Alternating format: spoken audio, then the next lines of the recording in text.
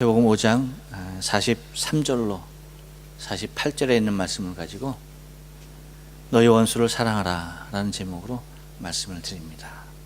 우리 다 같이 한번 인사할게요. 옆 사람과 인사하시고 앞뒤 사람과 인사하실 때 지난 한 주간 동안 평안하십니까? 인사합니다.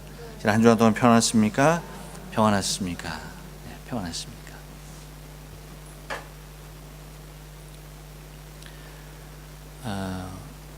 우리나라의 정신적인 모토로서 한민족을 붙잡았던 정신적인 사상이 하나 있었다고 한다면 그것은 수백 년간 내려온 유교라고 할 수가 있겠습니다. 유교적인 전통의 모습, 어쩌면 이것은 우리가 아는지 모르는지, 우리가 인식하든지 못하든지 간에 우리의 삶 가운데 굉장히 깊이 뿌리 박혀 있다는 것은 누구도 부인할 수 없는 사실일 것입니다. 그 유교의 전통적인 모습 중에 하나가 무엇이냐 하면 부모가 주신 것에 대한 소중함을 깨닫는 것입니다. 부모가 나에게 물려주신 것에 대하여서 매우 그것을 귀하게 생각하고 그것을 아끼며 그것을 보존하는 데 있다는 것이죠. 그렇게 우리 조상들은 상투, 그러니까 머리칼 하나조차도 부모에게, 조상에게 물려받은 것이라고 생각을 해서 이것 하나 자르는 것을 두려워하고 자르지 아니하고 상투를 틀어 올렸던 것을 우리는 바라보게 됩니다. 그러니까 이 상투를 자른다라고 할 때 그것은 조상에 대한 큰 모독일 수밖에 없었던 것이죠. 그래서 죄인에게 있어서 가혹한 형벌이 뭐였습니까? 상투를 풀어헤치고 상투를 잘라버리는 것이었습니다. 그렇듯 조상에게 물려받은 하나하나가 너무나 소중하게 여겨지는 그러한 문화와 그러한 사상 속에 우리가 지내온 것입니다. 또 선조의 뜻과 생각을 지켜나가는 것이 제1의 삶의 모습으로 두었고 그것을 삶의 원리로 두었습니다. 그러다 보니까 어떤 일이 일어납니까? 부모의 원수는 대대로 이어지는 자손의 원수일 수밖에 없었던 그러한 일들도 우리의 역사를 통해서 반증되어지고 있다라고 하는 것입니다. 그래서 내 부모의 원수는 곧 나의 원수일 수밖에 없었던 것이죠.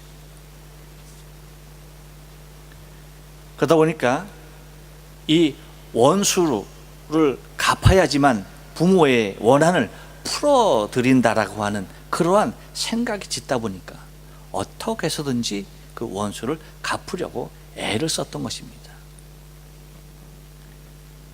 그런데 사람이 여러분 살다 보면 어떻습니까? 자꾸 잊죠. 잊게 됩니다. 그래서 그 원수를 잊는 것 자체가 부모에 대한 불효가 되다 보니까 그것을 잊지 않기 위해서 옛날 우리 조상들은 어떤 방법을 사용했는 거니? 대청에 마루에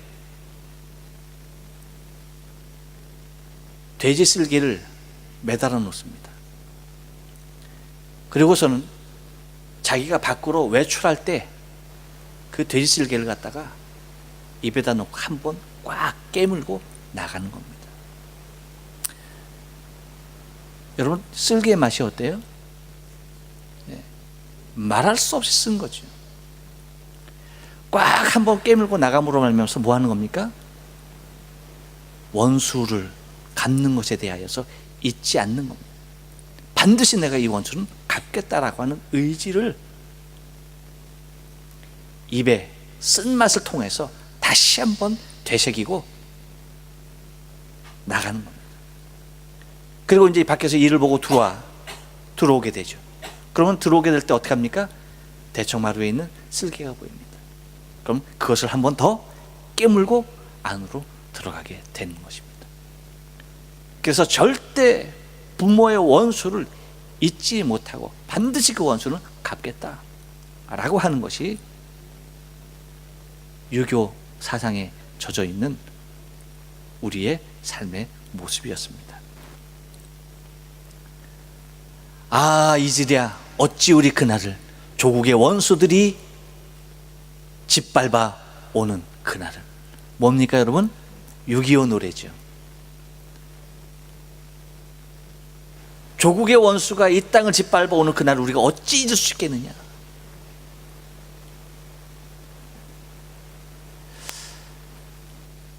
요즘은 잘 안 부르나 봐요, 그렇죠? 근데 옛날에 많이 불렀습니다. 이런 것들을 우리가 보면은, 미루어 보면은 우리의 정서로는 원수는 평생 원수로 살면서 갚아가야 할 평생 원수이지 절대 원수가 사랑의 대상이 될 수는 없는 그러한 문화와 환경과 사상 가운데 우리는 살아왔습니다. 그런데 여러분, 이러한 모습으로 살아온 우리에게 주님께서 오늘 본문을 통해서 하시는 말씀은 우리로서는 정말 가장 힘든 영역의 것, 가장 불편할 수밖에 없는, 가장 힘이 들고 어려울 수밖에 없는 일에 대하여서 말씀하고 계시다는 겁니다. 우리에게는 너무나 익숙치 않아요. 우리뿐만 아닙니다, 여러분. 우리는 유교 사상으로 이 모습이 너무나 익숙치 않지만 옛날 유대인들은 율법의 사상에 얽매여 있었던 사람들이라서 그들 또한 이 말씀을 받아들이기가 우리처럼 그렇게 용이한 민족이 결코 아니었습니다. 주님께서 말씀하신 대로 율법은 원수는 뭐하라? 미워하라 라고 했는데, 저주해야 될 대상이 원수였는데 주님은 말씀하시는 거지 오히려 더 사랑하라라고 하시니, 우리나 유대인이나 정서적인 모습에서 결코 쉽게 다가갈 수 없는 부분의 것임은 틀림이 없다는 것입니다. 지금까지 우리에게 있는 사랑은 얼마나 쉬운 것인지 몰랐어요. 얼마나 좋고 아름다운 것인지 몰랐습니다. 누구나 할 수 있는 것이 사랑이고, 누구나 갖고 있는 것이 사랑이었고, 누구나 그렇게 사랑하고 살아가고 있다라고 스스로 자부할 수가 있었습니다.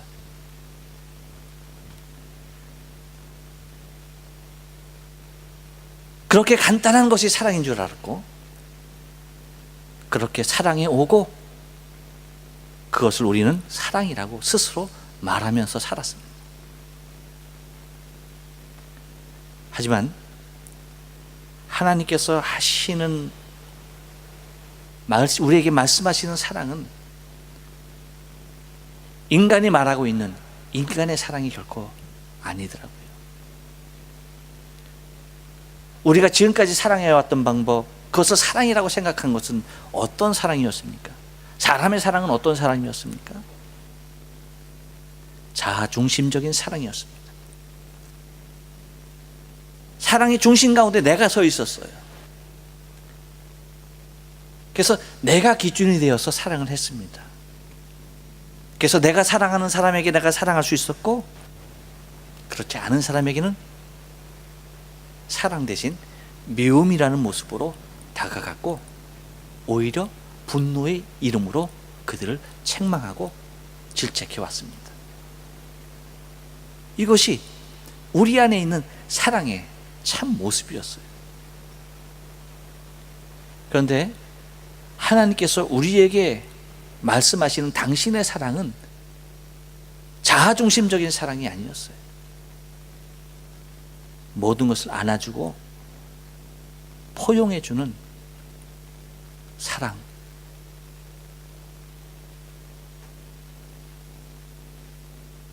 내가 중심에 서 있는 것이 아니라 사랑받아야 할 대상이 내 중심 안에 들어와 있는 그 사랑이었던 것입니다.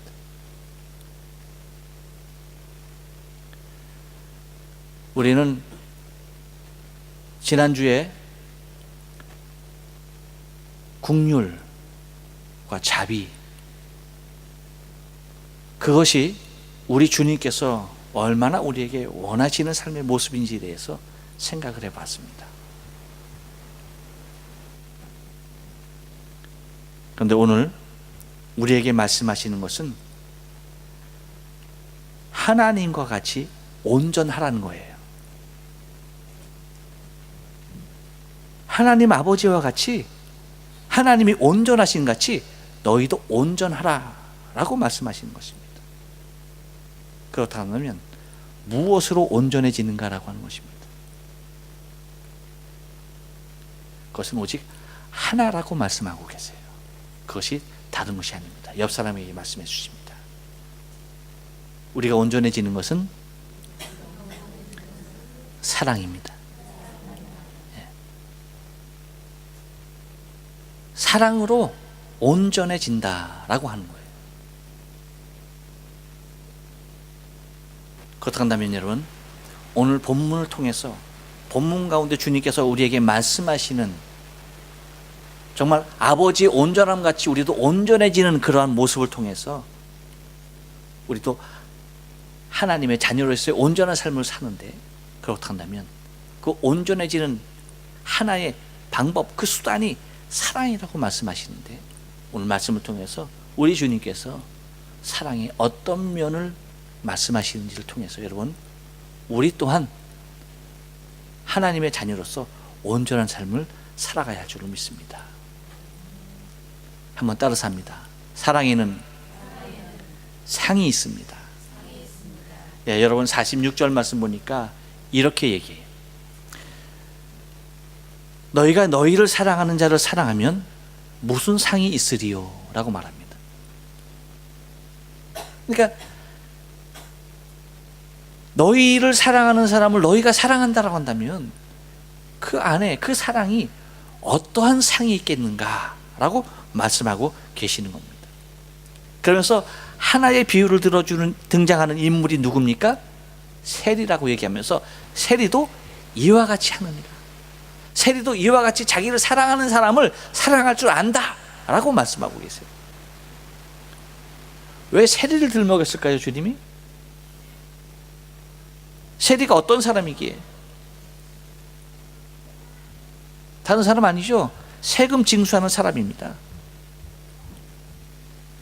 그런데 왜 그것이 어땠어? 당시 여러분, 세리는 죄인의 대명사였습니다. 이스라엘이, 유대가 로마의 속국이다 보니까 세금을 징수해서 로마로 상납하지 않으면 안 됩니다. 그럴 때에 그 세금을 징수하는, 국민을 대상으로 징수하는 사람들은 유대인으로 착출한 것이 아니에요. 로마인으로 착출한 것이 아닙니다. 유대인으로 착출해서 유대인을 통해서 세금을 받아서 로마로 징수했습니다. 그러다 보니까 로마에서 징수하는 금액이 있습니다. 너는 이 지역에서 얼마를 징수해서 이것을 받아서 내라는 겁니다. 여기 우리 긴시조에서 1년에 100만 엔의 세금을 내라는 겁니다. 그러면 어떻게 해야 돼요? 100만 원의 세금만 내서 상납하면 되는 겁니다. 근데 어떤 특권을 줬습니까? 100만 원만 상납하면 된다는 거예요. 이 얘기는 뭐냐면 네가 얼마를 받든지 그거는 네 재량이란 얘기예요. 500만 원을 받든지 1000만 원을 받든지 그거는 네가 네 능력이고 얼마만 징수하면 된다? 100만 엔만 상납하면 된다는 겁니다. 그러다 보니까 세리로 있으면서 무엇하는 겁니까? 민족의 피를 빨아먹는, 정말 죄인 중에 괴수로서 낙인 찍힐 수밖에 없는 그런 삶을 살았던 사람들이 세리입니다. 그러다 보니까 여러분, 세리하면 무엇입니까? 다른 것이 아닙니다. 자기가 챙기며 사는 사람을 얘기하는 겁니다. 자기 자신이 자기의 삶을 돌아보지 아니하면 안 되는 사람들, 자기 자신이 자신의 삶을 꾸리지 아니하면 안 되는 사람의 대명사가 세리였다는 것입니다. 남들이야 뭐라든 자신의 살궁리를 자신이 하지 안 하면 안 되는 사람, 바로 그들이었습니다. 그런데 하나님께서 우리에게, 주님께서 지금 우리에게 말씀하시는 것은 우리는 아들이라 라는 표현을 쓰고 있습니다. 하나님의 아들이 되리니 라고 말합니다. 여러분, 아들은 뭐예요? 아들은 다른 것이 아닙니다. 아버지의 것으로, 아버지가 주시는 것으로 사는 사람을 아들이라 라고 얘기합니다. 이 얘기는 뭐냐면, 여러분, 우리는 소망 가운데 살아야 할 것임에 대하여서 분명하게 선언하고 있는 말씀입니다. 곧 어떠한 소망? 하늘에서 내 상급이 있다라고 하는 확실한 소망으로 넘치지 아니하면 안 된다는 것입니다. 바울은 그의 사역 가운데 열심을 통하여서 자신의 평생의 삶을 주의 복음을 위하여서 감옥에 갇히는 일이 있다 하더라. 40에 하나 감한매를 수차례 맞더라도, 죽음의 고비를 수차례 넘기더라도 그가 복음을 위해서 그렇게 살 수 있었던 이유를 다시는 뭐라고 얘기합니까? 이렇게 말합니다. 디모데후서 4장 8절에서 이제 후로는 나를 위하여 의의 멸류관이 예배되었으므로 주 곧 의로운 재판장이 그날에 내게 주실 것이며 내게만 아니라 주의 나타나심을 사모하는 모든 자에게니라 라고 말씀하십니다. 그는 하늘에서 받을 상급을 바라보고 자신에게 주어진 사역에 대하여서 다름질하는 것에 대하여 결코 포기하거나 늦추지 않았던 것입니다. 무엇이 그로 하여금 그렇게 열정적인 삶을 살게 했느냐? 소망이었습니다. 하늘의 소망이었습니다. 하늘의 상급을 바라볼 때에 그는 그렇게 살아갈 수밖에 없었어요. 만약에 그가 이 땅의 것에 소망을 두고 이 땅의 것에 마음이 있었다고 한다면 그는 그렇게 살아가야 할 이유가 없었던 것입니다. 세상 사람들이 똑같이 살아가는 그 모습으로, 세리와 같은 모습으로 살아가면 됐던 것입니다. 하지만 하늘의 소망, 그 상급을 바라볼 때에 그는 그렇게 앉아있을 수가 없던 것이죠. 그렇게 살아갈 수가 없었던 것이죠. 예수님께서도 마태복음 10장 41절에서 우리에게 말씀해 주시는 것을 보면 이렇게 말합니다. 선지자의 이름으로 선지자를 영접하는 자는 선지자의 상을 받을 것이며 의인의 이름으로 의인을 영접하는 자는 의인의 상을 받을 것이며 라고 말합니다. 그렇다고 한다면 여러분, 만약에 우리가 원수를 사랑할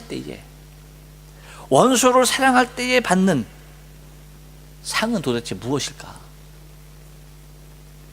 선지자를 대접하면 선지자의 상을 받고 의인을 대접하면 의인의 상을 받는데 원수를 사랑하면 도대체 어떤 상이 있을까? 주님이 말씀하신 겁니다. 어떠한 상을 받겠느냐?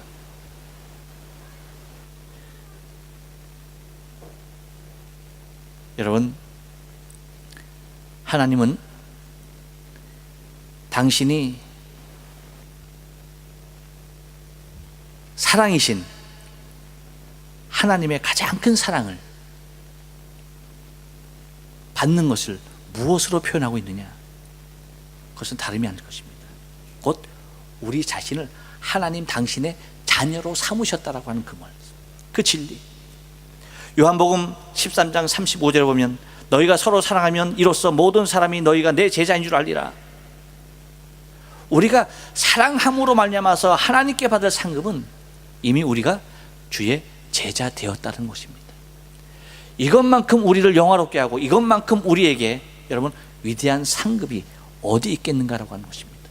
하나님의 자녀로 부름받았고 주의 제자로서의 삶을 이 땅 가운데서 살 수 있다고 한다면 그것만큼 큰 상급이 어디 있겠는가라고 하는 것입니다. 여러분, 우리는 하나님의 자녀로서 누려야 할 상이 하늘에 예비되어져 있는 사람입니다. 그러므로 여러분, 우리가 사랑하되 어떠한 사랑? 원수까지도 사랑할 수 있어야 한다는 것입니다. 한 번 더 따라서 합니다. 사랑은 더하는 것입니다. 47절 말씀 보니까 이렇게 말씀하고 있어요. 또 너희가 너희 형제에게만 무난하면 남보다 더하는 것이 무엇이냐?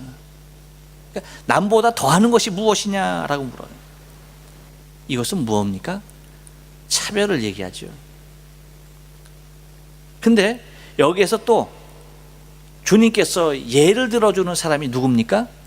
이번에는 이방인이라는 이야기를 하면서 이방인의 이름을 제시하고 있습니다. 여러분, 이방인은 누구를 얘기하는 거예요? 유대인에게 있어서 이방인은 누구를 얘기하는 겁니까? 철저하게 하나님 없는 족속들을 얘기하는 것입니다. 하나님 없는 사람들. 그러니까 너희가 만약에 너희에게 무난하는 형제에게만 그들만 사랑한다라고 한다면 그는 이방인들도 이같이 한다라고 말씀하고 있는 것입니다. 이것은 무슨 말이냐 하면 여러분, 큰 사랑을 받았다라고 한다면 크게 사랑해야 한다는 겁니다. 내가 많은 사랑을 받았다라고 한다면 많이 사랑해야 한다는 것이에요.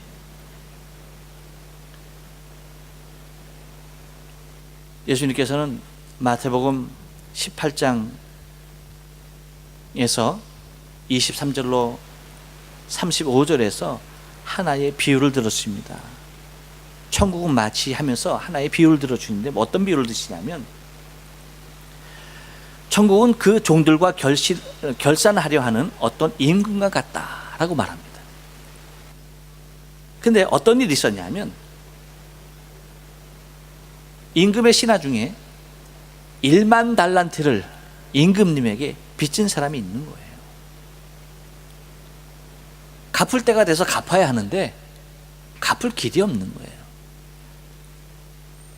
여러분, 1만 달란트라고 하는 것은 여러분 쉬운 개념으로 말씀드리면 사람이 평생 살면서 셀 수 없는 돈,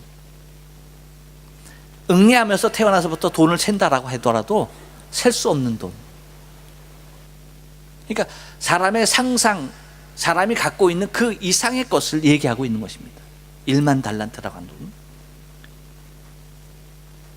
근데 1만 달란트를 빚을 갚아야 하는데 갚을 길이 없는 겁니다.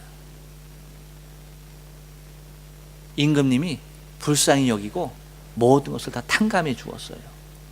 탕감받은 이 양반이 임금님 밖에서 물러나서 하는 행동이 뭐냐면 자신의 동료, 자신의 친구를 멱살을 잡고 그를 얘기합니다. 나한테 빚진 100데나리온을 갚으라는 거예요.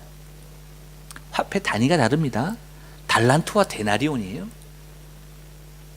100데나리온 얼마 정도 됩니까, 여러분? 지금으로 말하면 한 데나리온은 일본 돈으로 말하면 1만 엔 정도. 장정 하루의 품값을 얘기하는 거니까 데나리온이라는 돈이, 그러니까 한 10,000엔 정도 되겠죠. 그러니까 100데나리온이니까 얼마가 되는 거예요? 100만 엔 빚진 겁니다. 그를 자꾸 갚으라고 하는 거예요. 근데 갚을 길이 없는 거예요, 이 친구가. 그러니까 그를 옥에 가두고 갚을 때까지 못 살게 구는 겁니다. 이 얘기를 임금이 듣고 다시 불러서 내가 너에게 탕감해 준 것이 무엇이냐? 여러분, 1만 달란트라는 거예요. 이 말씀을 하면서 주님께서 32절에서 이렇게 말합니다. 이에 주인이 그를 불러다가 말하되 악한 종아, 내가 빌기에 내가 내 빚을 탕감하여 주었거늘 내가 너를 불쌍히 여긴 것 같이 너도 내 동료를 불쌍히 여김이 마땅치 아니하냐 라고 말씀하는 것입니다. 여러분, 뭡니까? 내게는 과분한 것이 주어졌다는 거예요. 내게는 내가 감당할 수 없는 너무나 엄청난 것들이 내게 이미 주어졌다는 겁니다. 내가 헤아릴 수도 없고 내가 측량할 수도 없는 엄청난 것을 내가 이미 받은 바 되었다라고 하는 거예요.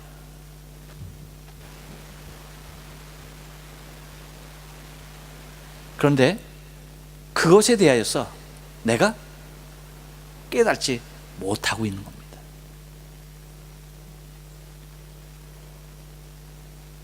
나는 이미 더 큰 것을 받은 자라는 겁니다. 그러기에 나를 사랑하는 형제만을 사랑하는 것이 아니라 나를 미워하는 자까지도 이미 사랑할 수 있는 터를 하나님께서 이미 우리에게 허락해 주셨다는 것입니다. 그렇기 때문에 우리는 더 해야 하는 것입니다. 똑같은 모습으로 이방인과 같은 모습으로 살아가면 결코 하나님의 자녀가 아니라는 것입니다. 하나님 없는 백성들도 형제를 사랑할 줄 알거든. 너를 사랑하는 자만 사랑한다고 한다면 그것이 어찌 하나님의 자녀로서의 엄청난 것을 이미 받은 자로서의 사랑의 삶이냐라고 묻고 있는 것입니다. 우리는 그 무엇으로도 비교될 수 없는, 그 무엇으로도 견줄 수 없는 엄청난 것들을 이미 받은 사람들입니다. 그러기에 우리가 우리의 모든 것을 다하여 사랑한다 할지라도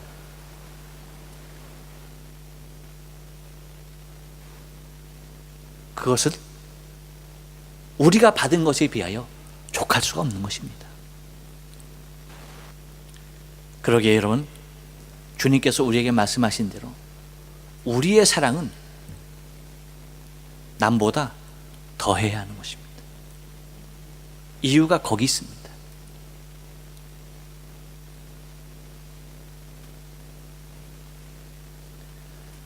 또 하나 한 번 더 따라서 합니다. 사랑은 하늘에 계신 아버지를 닮는 것입니다.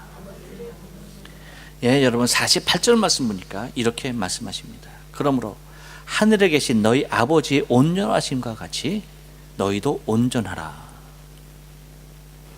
하늘에 계신 너희 아버지 온전한 같이 너희도 온전하라 라고 말합니다. 뭐라고요? 그러므로 하늘에 계신 너희 아버지라고 얘기하고 있어요. 너희 아버지. 이 말은 뭐냐면 하나님의 자녀로서 살아가야 할 삶의 모습이 있다는 겁니다. 하나님의 자녀로서 살아야 할 삶이 있다는 것이 45절에서는 뭐라고 말합니까? 거기에 대해서 더 구체적으로 이렇게 표현해 주고 있습니다. 이렇게 말합니다. 이같이 하늘에 계신 너희 아버지의 아들이 되리니 뭐한즉 이같이 한즉 하늘에 계신 너희 아버지의 아들이 되리니 라고 말합니다. 그러니까 이 땅에서 우리가 살아가야 할 모습은 하나님의 자녀로서의 삶을 능히 살아야 한다는 것이죠. 여러분, 인간이 만들어낸 종교, 그것을 통해서도, 그 유교에서도 여러분 부모의 뜻을 따라서 사는 것을, 그것을 생명과도 같이 여기고 그렇게 제1로 삼고 있는데, 하나님의 자녀들이 하나님께서 우리에게 뜻하시는 바, 우리에게 말씀하시는 바 그 사랑을 우리가 살지 못한다고 한다면 하나님의 사랑은 인간이 만들어낸 사상 하나보다도, 인간이 만들어낸 종교 하나보다도 못하다는 것입니다.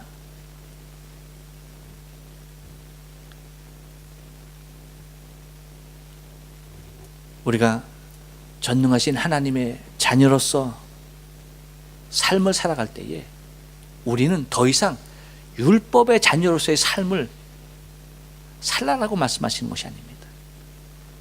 율법 넘어서의 하나님의 자녀로서의 삶을 살아야 한다는 것입니다.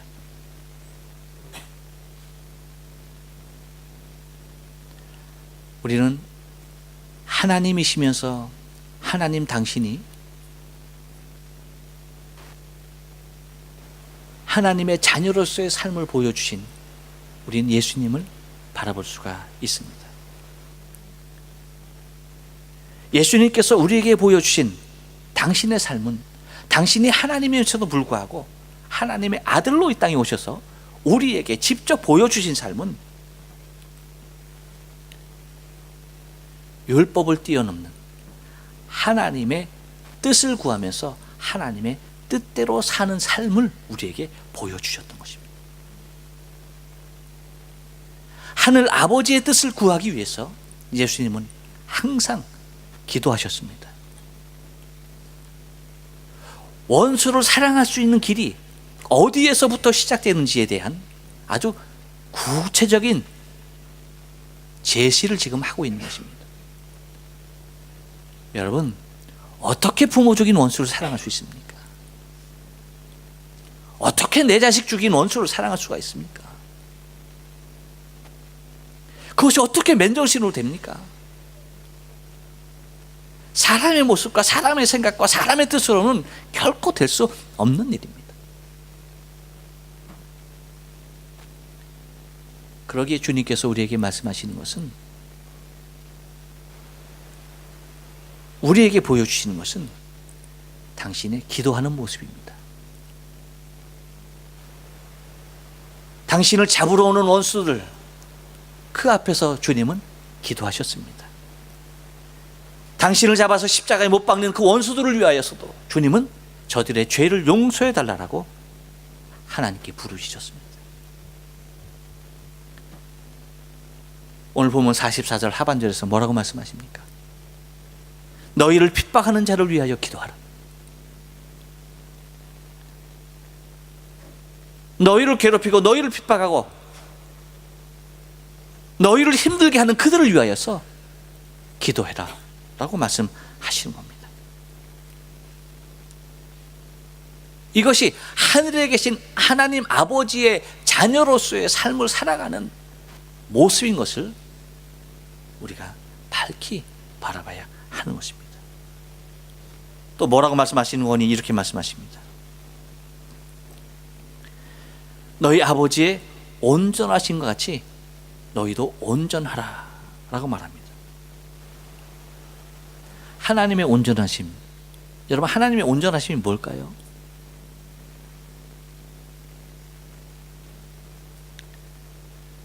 하나님을 온전하시다라고 얘기했는데 도대체 하나님의 온전하심은 무엇일까?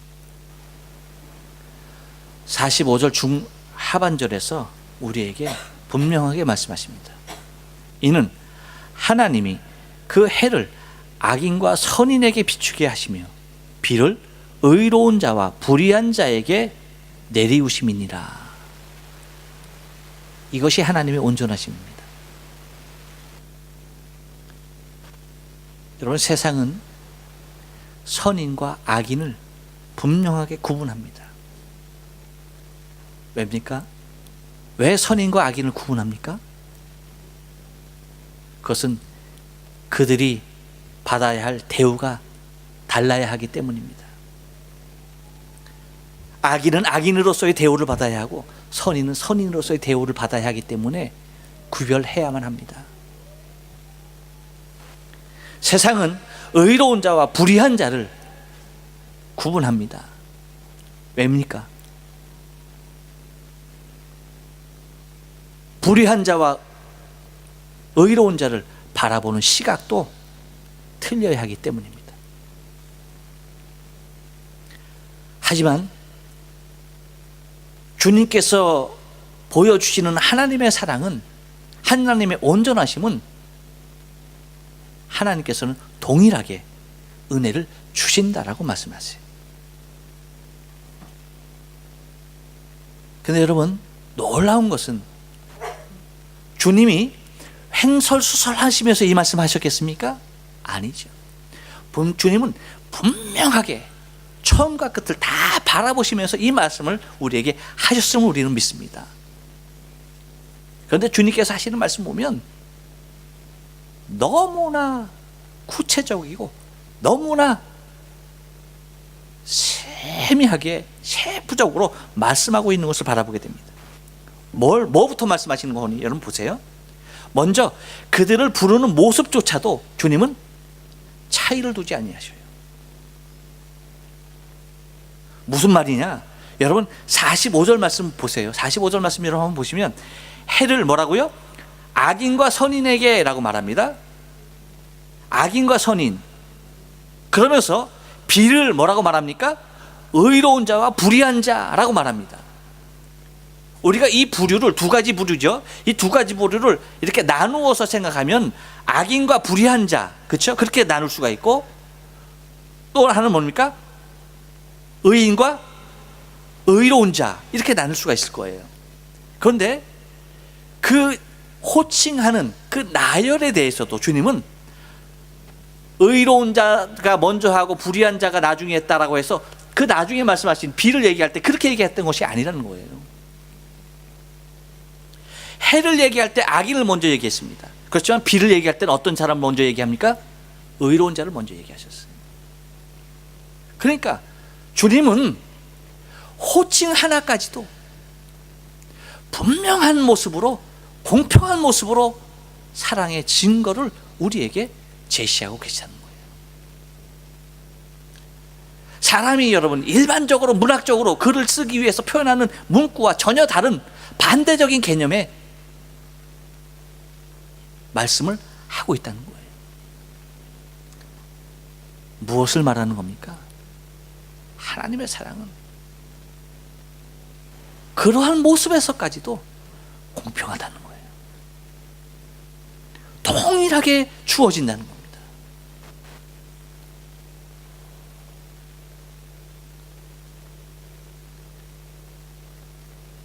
온전하심은 사람의 모양이나 사람의 됨됨이를 따라 대하는 것이 아니라 악인과 선인 그것에 따라서 대하는 것이 아니라 의로운 자와 불의한 자 거기에 따라서 변하는 것이 아니라 어떠한 사람이 되었던 그 사람 그 자체로서의 인격 그대로의 모습을 그대로 대해준다는 겁니다. 여러분 우리는 가끔 뉴스를 보면 흉악한 범죄자들이 특별히 이제 살인을 한 사람들에게 있어서 현장 검증을 하는 것들을 이제 방송에 나오게 됩니다. 그러면 그 방송에 나오는 그 범인의 모습을 여러분 가만히 보면 거의 다 어떠한 모습으로 나옵니까? 평소에 모자 안 써도 꼭 모자 쓰죠. 그때는 평소에 마스크 그렇게 감기 들었을 때도 한국 사람 마스크 안 해요. 일본 사람들은 아이고 감기 오는 기미만 있으면 마스크 하죠. 한국 사람 마스크 문화 아닙니다, 여러분. 절대. 그런데 어떤 마스크예요? 눈만 빼끔하게 나오는 마스크. 이거 전체적으로 모자로 가렸죠? 눈썹까지 다 가렸죠? 마스크로 눈썹 밑까지 다 가렸죠? 그렇게 나와서 현장 검증을 합니다. 여기에 대해서 많은 사람들이 얘기합니다. 저거 얼굴 공개해야 된다. 왜 공개하지 않고 왜 저렇게 하느냐? 그럼 얼마나 심하게. 그래서 여기에 대해서도 법적으로도 논란이 일었습니다. 과연 저렇게 해야 되느냐?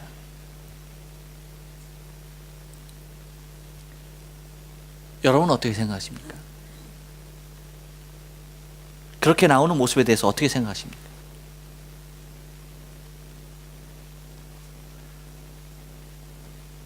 누구의 뜻일까요? 여러분, 우리는 그것이 잘됐다, 못됐다라고 얘기할 건 없어요. 하지만 분명하게 얘기할 수 있는 것은 옳다라고는 말씀을 드릴 수가 있다는 겁니다. 무엇에서? 그 사람이 그렇게 원한다면 그렇게 해야 한다는 것입니다. 아무리 흉악한 범죄자를 할지라도 자신이 원한다라고 한다면 그렇게 해 주어야 한다는 것이죠.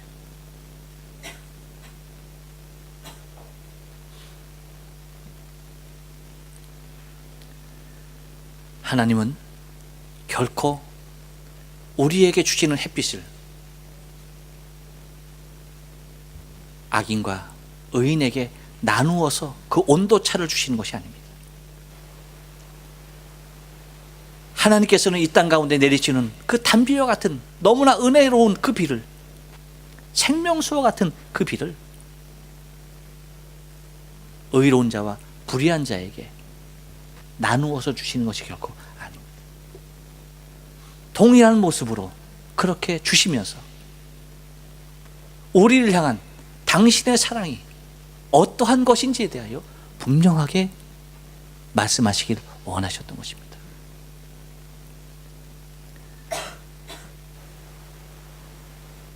말씀을 마칩니다. 여러분, 우리는 하나님과 원수되었던 사람입니다. 기억하십니까? 내 자신이 하나님과 원수된 사람이었다는 것을 여러분 아십니까? 그럼에도 불구하고 나와 여러분을 사랑하신 것입니다.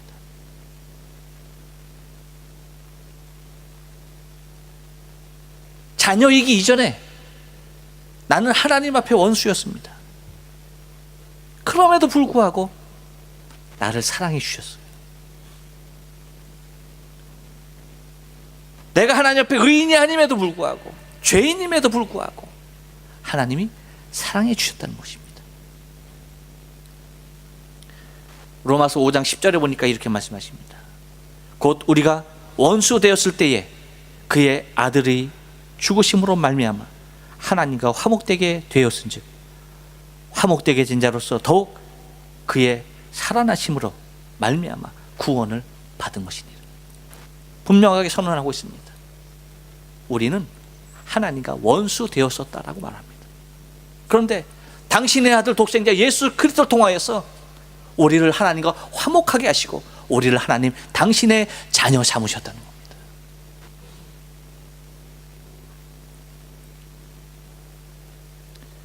여러분, 하나님께서 우리에게 원수를 사랑하시라고 하시는 말씀은 우리에게 괴로움을 더하시는 것이 결코 아닙니다. 원수를 사랑하라고 하시는 것은 원수를 사랑하게 될 때에 진정으로 자기 자신을 사랑할 수 있는 사람이 되는 것이고, 원수를 사랑할 때에 그 사람이야말로 진정으로 하나님을 사랑하는 사람이라는 것을 우리에게 말씀하시는 것입니다. 원수를 사랑하십니까? 기도합니다.